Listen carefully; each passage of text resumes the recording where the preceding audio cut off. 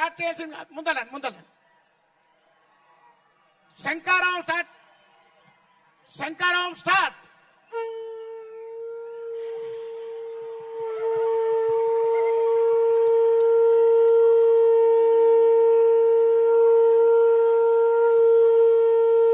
తప్పెట్లు కొట్టొద్దు, డప్పులు ఇప్పుడు కొట్టొద్దు,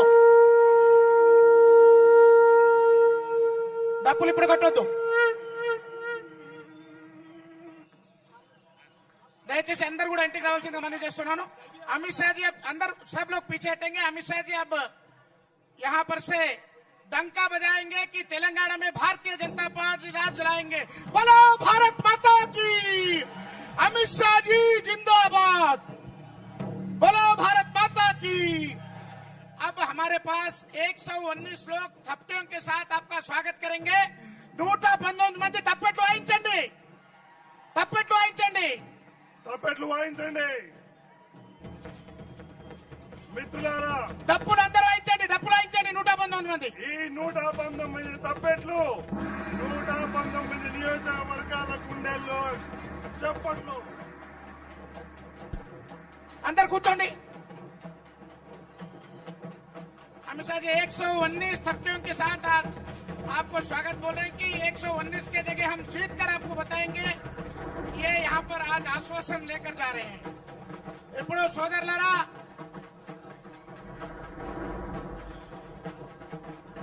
తొందర తీయండి అది. ఇప్పుడు మన యొక్క డప్పులు వంచేయాలి. డప్పులు ఆపేసేయండి, డప్పులు ఆపేసేయండి. రాములు గారు డప్పులు ఆపేసేయండి, డప్పులు ఆపేసేయండి. మన యొక్క అందరి యొక్క ఆశా జ్యోతి భారతదేశమే కాదు, ప్రపంచంలో భారతీయ జనతా పార్టీని తీసుకొని పోయినటువంటి నాయకులు మన యొక్క అమిత్ షా గారు పెద్దలు మాట్లాడాల్సిందిగా సవినయంగా మనవి చేస్తున్నాం.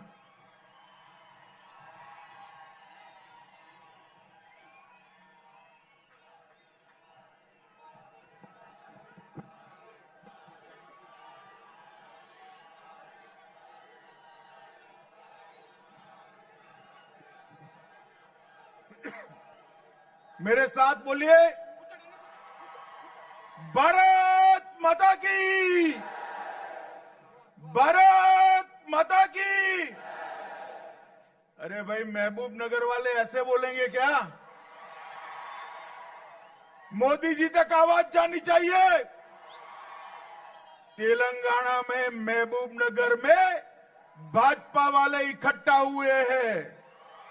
मेरे साथ दोनों हाथ उठाकर विजय के संकल्प की मुट्ठी भींचकर प्रचंड आवाज से बोलिए, भारत माता की,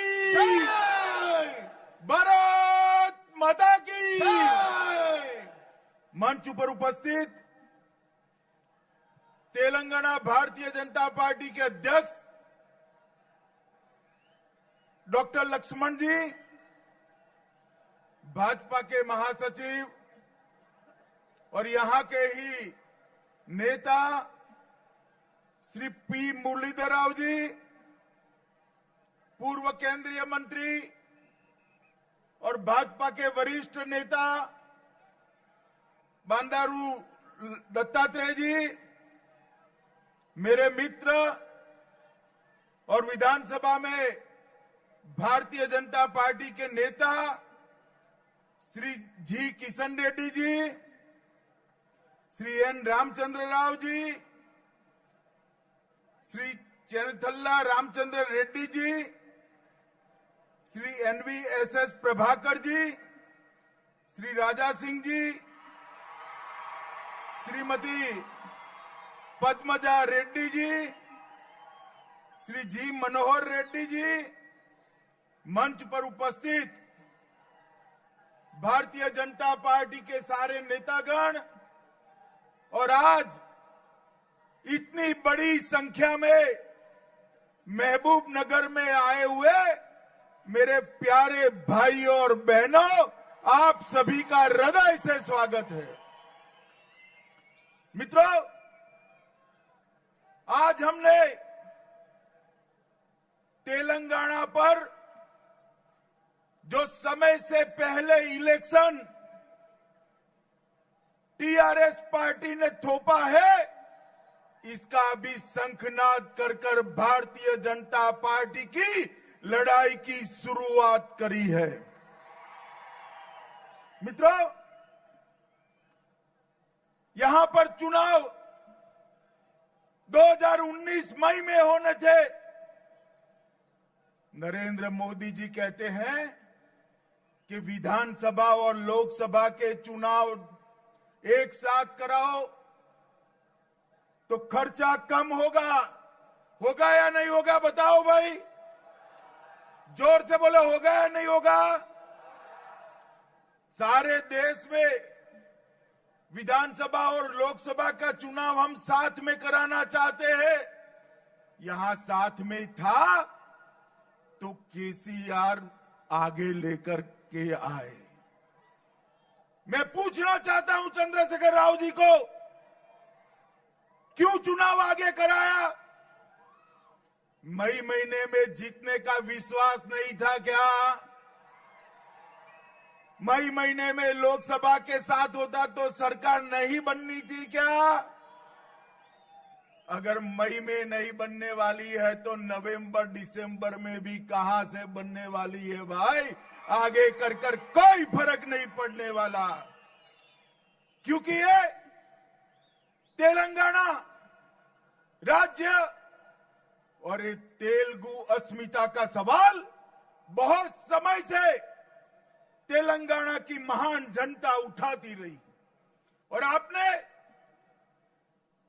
हैदराबाद विमोचन दिन 17 सितंबर आपको तेलंगाना के सभी लोगों को, मराठावाड़ा के सभी लोगों को, बीदर के सभी नागरिकों को आजादी बाद में मिली या नहीं मिली बताओ? जरा जोर से बोलो। देश आजाद हुआ 15 अगस्त को और हैदराबाद आजाद हुआ 17 सितंबर को।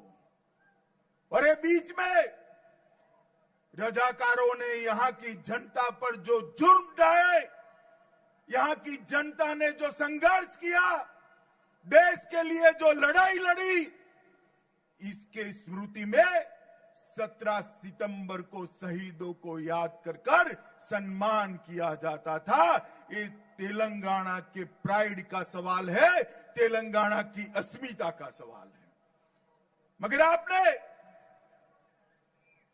एमआईएम के डर से, ओवैसी के डर से 17 सितंबर मनाना बंद कर दिया। करना चाहिए क्या बताओ भाई? जो व्यक्ति ओवैसी के डर से 17 सितंबर मनाना बंद कर दे, जो पार्टी ओवैसी के डर से 17 सितंबर मनाना बंद कर दे, वो पार्टी तेलंगाना की अस्मिता की, गौरव की रक्षा नहीं कर सकती। मित्रों, मैं आपको वचन देता हूं, यहां भारतीय जनता पार्टी हो ऐसी सरकार बनाइए, पूरे देश देखता रह जाए, ऐसी 17 सितंबर हैदराबाद में मनाने का वचन भारतीय जनता पार्टी देती है।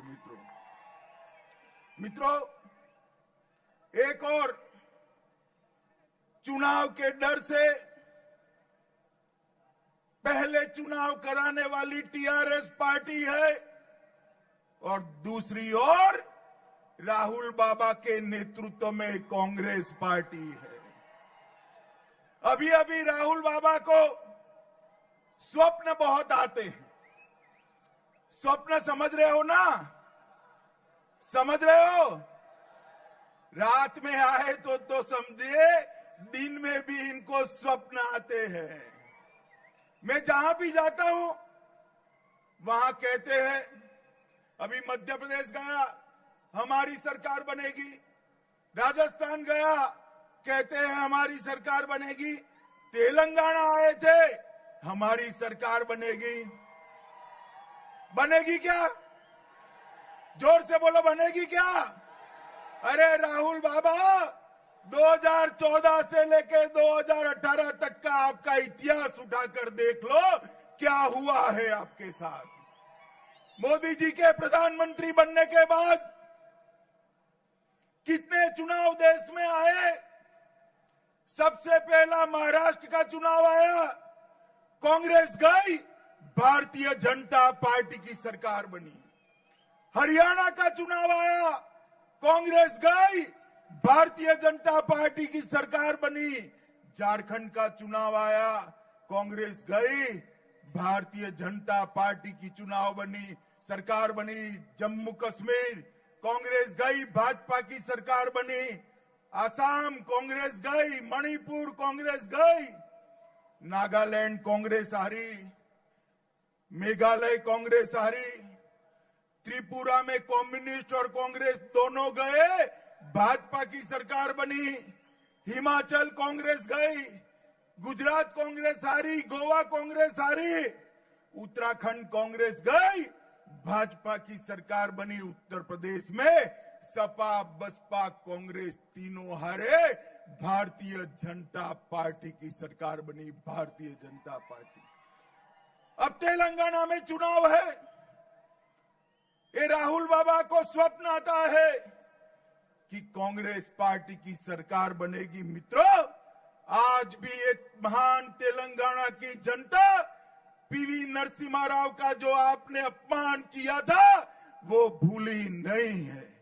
टी अंजैया का जो अपमान किया था वो आज भी तेलंगाना की जनता भूली नहीं है मित्रों। और अब आपको यहां सरकार बनाने की याद आती है। मित्रों, मैं एक बात आपको कहने आया हूं कि अभी अभी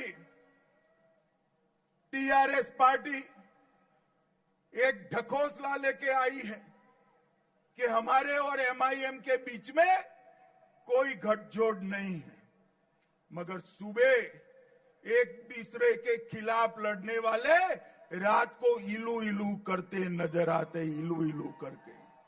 मित्रों, मैं पूछना चाहता हूं, टीआरएस पार्टी को 12% रिजर्वेशन माइनॉरिटी को क्यों दिया? किसके डर से दिया? किसके कहने पर दिया? आप मुझे बताओ। माइनॉरिटी को 12% रिजर्वेशन देना चाहिए या नहीं देना चाहिए? जरा जोर से बोलो, देना चाहिए। और अगर दोगे तो जरा स्पष्टता करो, किसका कटेगा? 50% से ज्यादा दे नहीं सकते।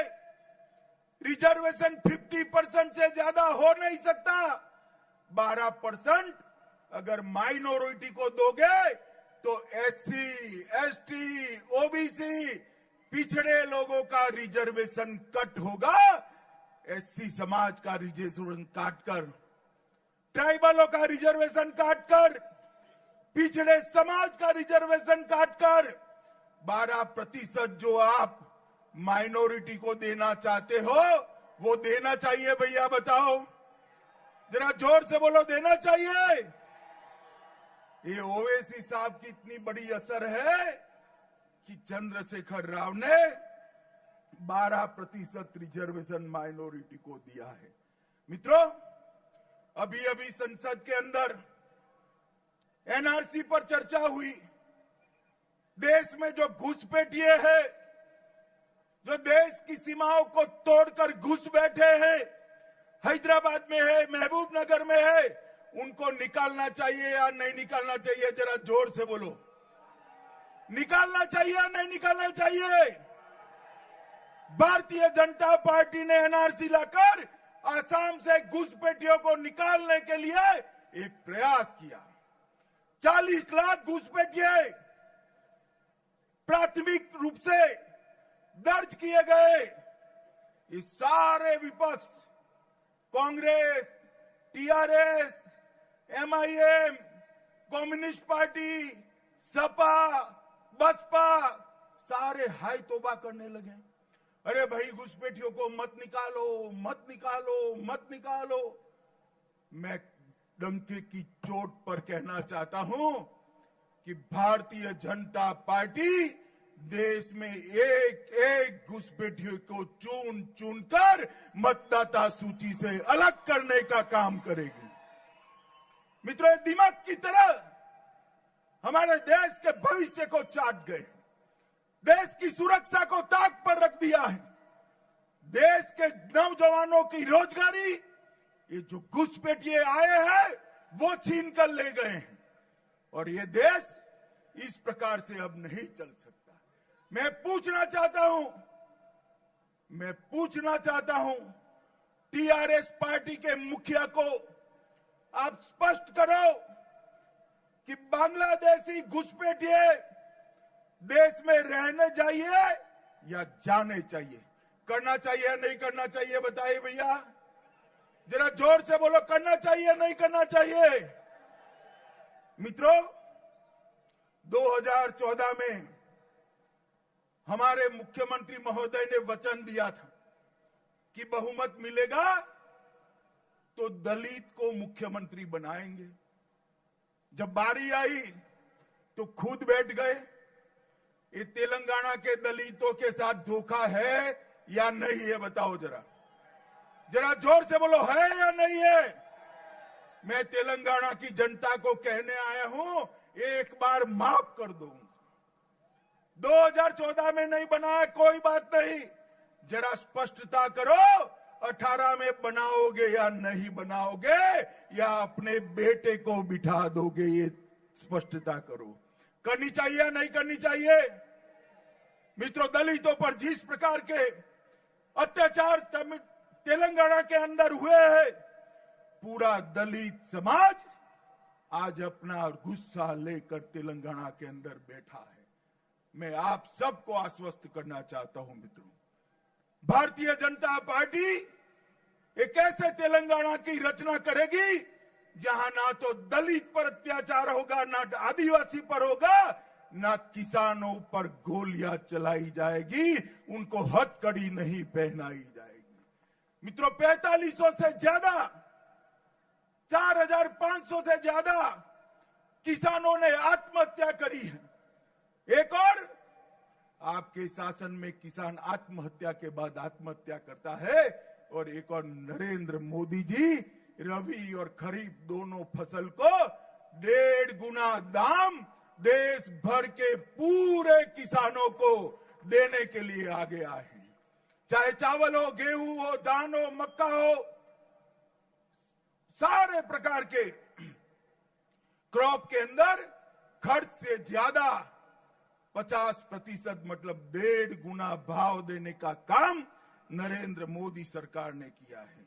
मित्रों, अभी हम एक योजना लेकर आए, नरेंद्र मोदी जी एक योजना लेकर आए, देश के 50 करोड़ गरीबों को, 10 करोड़ गरीब परिवारों को 5 लाख तक का पूरा आरोग्य का, स्वास्थ्य का खर्चा भारतीय जनता पार्टी की सरकार देगी। आप ताली मत बजाओ, यहां के मुख्यमंत्री साहब ने फरमान कर दिया है कि तेलंगाना के लोगों को 5 लाख रुपया नहीं चाहिए, क्योंकि उनको डर है कि योजना आते ही मोदी जी लोकप्रिय हो जाएंगे, मोदी जी लोकप्रिय हो जाएंगे। इन्होंने ये योजना को स्वीकार नहीं किया। मैं कहना चाहता हूं, लोगों के आरोग्य को क्यों रोक ले रहे हो? मोदी जी तेलंगाना में वैसे ही लोकप्रिय है। मोदी जी ने तेलंगाना के लिए बहुत कुछ किया है मित्रों, बहुत कुछ किया है। उन्होंने कहा था 100 बेड का अस्पताल हर जिला स्तर पर बनाएंगे, हर मंडल स्तर पर 30 बेड का अस्पताल बनाएंगे, मगर कुछ नहीं किया और किसानों को हथकड़ी लगाकर परेड करा दिया। मित्रों, मैं थोड़ी बात आपको नरेंद्र मोदी सरकार ने तेलंगाना के लिए क्या किया वो कहना चाहता हूं। नरेंद्र मोदी जी की सरकार आने के बाद तेलंगाना को, जहां पहले 16,000 करोड़ रुपया मिलता था, 16,000 करोड़ रुपीस, उसकी जगह 1,15,000 करोड़ रुपया देने का काम भारतीय जनता पार्टी की नरेंद्र मोदी सरकार ने किया है। और इसके अलावे और 1,15,000 करोड़ की योजनाएं मुद्रा लोन, स्मार्ट सिटी, हृदय मिशन, अमृत मिशन, स्वच्छ Bharat mission, urban transportation, metro project, railway project, Deendayal Antyodaya mission, Awas Yojana, highway के लिए 19,000 करोड़, 40,000 करोड़, महिला और बाल विकास के लिए 1,000 करोड़, यूरिया के कारखाने के लिए 5200 करोड़ और 1500 करोड़ देने का काम नरेंद्र मोदी सरकार ने किया है। मित्रों, सिर्फ तेलंगाना के लिए प्रधानमंत्री उज्ज्वला योजना के तहत लगभग 5 लाख से ज्यादा गरीब महिलाओं को गैस का कनेक्शन देने का काम भारतीय जनता पार्टी की नरेंद्र मोदी सरकार ने लगभग 1.21 लाख लोगों को घर में बिजली ली है। प्रधानमंत्री जनधन योजना के 90 लाख गरीबों के खाते खुले हैं। मुद्रा बैंक के तहत 18 लाख से ज्यादा युवाओं को 15,000 करोड़ रुपए का लोन देने का काम ये भारतीय जनता पार्टी की सरकार ने किया है। हैदराबाद मेट्रो में लगभग 30 किलोमीटर लंबी मेट्रो देने का काम प्रधानमंत्री नरेंद्र मोदी ने किया है। मित्रों, मोदी जी के नेतृत्व में आज देश के हर गांव के अंदर, हर गरीब के घर के अंदर बिजली पहुंचाने का काम हुआ है, शौचालय रखने का काम हुआ है, गैस का सिलेंडर पहुंचाने का काम हुआ है, मां और बच्चे को टीका लगाने का काम हुआ है, इसको बीमा देने का काम हुआ है, किसान को 1.5 गुना फसल के दाम देने का काम हुआ है। पूरे देश भर में गरीबों को उठाने का काम हमारे देश के प्रधानमंत्री नरेंद्र मोदी जी ने किया है। मोदी जी ने देश को सुरक्षित करने का काम किया है। ये राहुल बाबा की सरकार थी, मनमोहन सिंह की सरकार थी। हर रोज पाक प्रेरित आतंकवादी भारत पर हमला करते थे। मोदी जी की सरकार आई, उरी में 13 जवानों को जिंदा जला दिया गया और उसके बाद नरेंद्र मोदी जी ने हिम्मत कर हमारे सेना के जवानों को पाक के अंदर भेजा। मित्रों, सर्जिकल स्ट्राइक कर हमारे सेना के जवान पाकिस्तान के अंदर घुसकर जवानों का बदला लेकर भारत माता की जय के जयकारे करते हुए वापिस आए।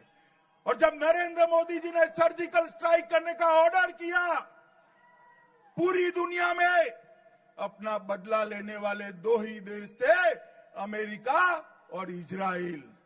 जब सर्जिकल स्ट्राइक कर हमारे रणबांकुरे वापिस आए, दुनिया में तीसरा देश हो गया जो अपने जवानों के खून का बदला लेता है, वो मेरा और आपका भारत हो गया। मोदी जी ने देश का सम्मान बढ़ाने का काम किया है। मोदी जी के नेतृत्व में आज 19 राज्य देश में प्रगति की आगे जा रहे हैं, प्रगति करने की स्पर्धा कर रहे हैं। आप मुझे बताओ, तेलंगाना ने इसमें जुड़ना चाहिए या नहीं जुड़ना चाहिए? जोर से बताओ, जुड़ना चाहिए या नहीं जुड़ना चाहिए? मोदी जी के हाथ मजबूत करने चाहिए या नहीं करने चाहिए? ये डबल खर्चा जो कराया है, इसका हिसाब किताब टीआरएस से लेना चाहिए या नहीं लेना चाहिए? कमल के निशान की सरकार बनानी चाहिए नहीं बनानी चाहिए? मोदी जी को दोबारा लाना चाहिए नहीं लाना चाहिए? तो आप सभी लोग चुनाव तक भारतीय जनता पार्टी को मजबूत करेंगे? जरा जोर से बोलो, करेंगे? कमल के निशान पर वोट देंगे? भाजपा को चुनाव जिताएंगे? मोदी जी के हाथ मजबूत करेंगे? तो मेरे साथ दोनों हाथ उठाकर विजय के संकल्प की मुट्ठी भींचकर प्रचंड आवाज से बोलिए, भारत माता की, भारत माता की, भारत माता की, वंदे मातरम। ఏంటండి వీడియో నచ్చిందా? అయితే ఓ లైక్ వేసుకోండి, లేదంటే ఓ కామెంట్ చేయండి. ఎప్పటికప్పుడు మా వీడియోస్ చూడాలంటే సబ్స్క్రైబ్ చేసుకోండి.